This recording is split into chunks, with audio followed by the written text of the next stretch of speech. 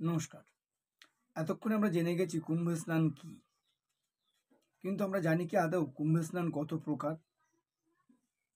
কুম্ভ স্নান করে কি পাপ মুক্তি হয় না গ্রহ দোষ কাটে?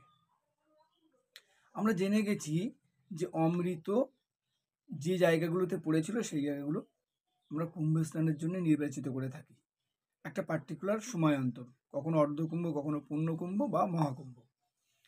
আমরা এবার যেটা দেখছি প্রয়াগে সেটা হচ্ছে মহাকুম্ভ।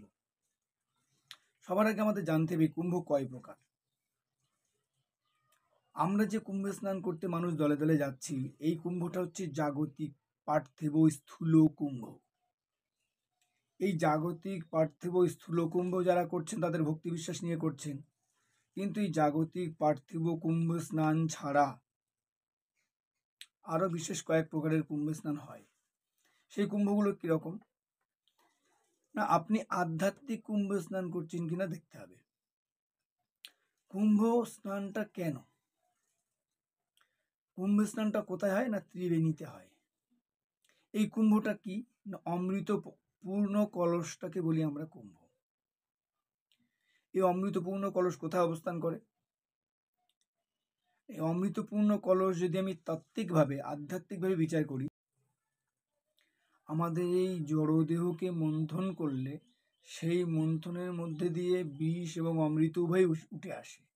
বিষ বলতে অশুভ শক্তি, নেগেটিভিটি যা কিছু, আর অমৃত বলতে সমস্ত পজিটিভিটি। তো এই সমস্ত পজিটিভিটি বা অমৃত কোথায় অবস্থান করে? আমাদের হৃদয়ে।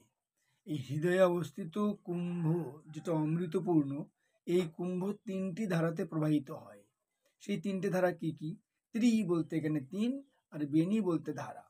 এই বেনি হচ্ছে কি কি না, সত্য, জ্ঞান এবং আনন্দ। আপনাকে সত্যের পথে থাকতে হবে, আপনাকে জ্ঞানের মধ্যে দিয়ে যেতে হবে এবং আপনাকে আনন্দের মধ্যে দিয়ে থাকতে হবে। ট্রেনে মারামারি করে, পিটাপিটি করে বা কুরুক্ষেত্রে যুদ্ধ করে, তারপরে কলসি কলসি বা কুইন্টাল কুইন্টাল জলে স্নান করে কিন্তু কখনোই কুম্ভে স্নান করে কিন্তু পাপ ধুয়ে যাবে না। অনেক যোগী পুরুষ, সাধু পুরুষ তারা গিয়েছেন, তারা করছেন, তারা তাদের ভক্তি বিশ্বাস নিয়ে করছেন, কিন্তু এই জাগতিক স্নান, পার্থিব স্নান, ভোগ বাসনাময় লালসাময় মানুষের অনেক চাওয়া পাওয়া নিয়ে যাচ্ছেন যারা, এই স্নান শুধু স্নানই, এর সঙ্গে আধ্যাত্মিকতার বা মাহাত্ম্যের কোনো বিশেষ সম্পর্ক নেই।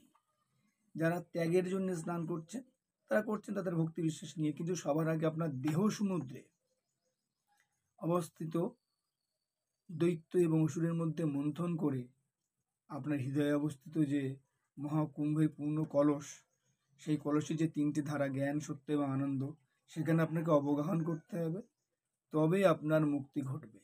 আর যারা যোগী পুরুষ তারা কি করে করেন না, তারা ইড়া, পিঙ্গলা, সুষুম্না, আমাদের দেহের ইড়া, পিঙ্গলা, সুষুম্না, এই তিনটি ধারাকে কোথায় মিলিত করেন না, সহস্রারে।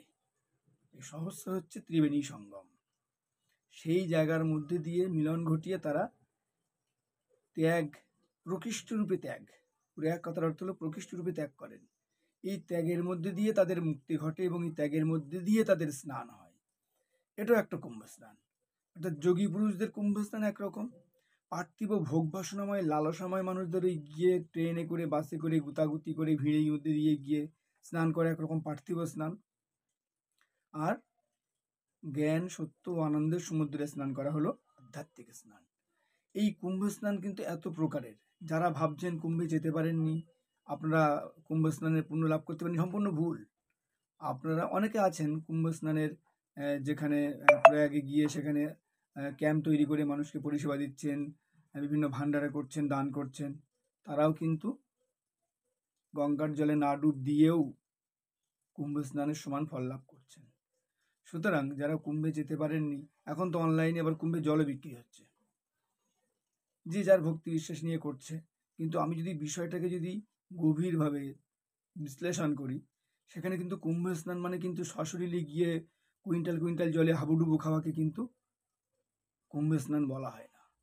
এটা পার্থিব জগতের ভোগ বাসনাময় মানুষদের জন্য। অনেকের মনে প্রশ্ন হতে পারে যে সাধু সন্ন্যাসী কোটি কোটি মানুষ যাচ্ছে। হ্যাঁ, কলিযুগে মানুষ তো এটাই করতে যাবে বেশি। আর সাধু তো যাচ্ছে, সাধুর মধ্যে প্রকৃত সাধু কজন? একটা গান আছে না বাউলের, যে জাল সাধুতে জগৎ ভুলেছে, বাবা ডেকে ডেকে নাম দিচ্ছে। সাধু আছে অবশ্যই, কিন্তু সাধুর মধ্যে প্রচুর জাল সাধু আছে। সাধুর আচরণ কখনো মারামারি, পেটাপেটি, ডান্ডা নিয়ে দৌড়াদৌড়ি করা নয়।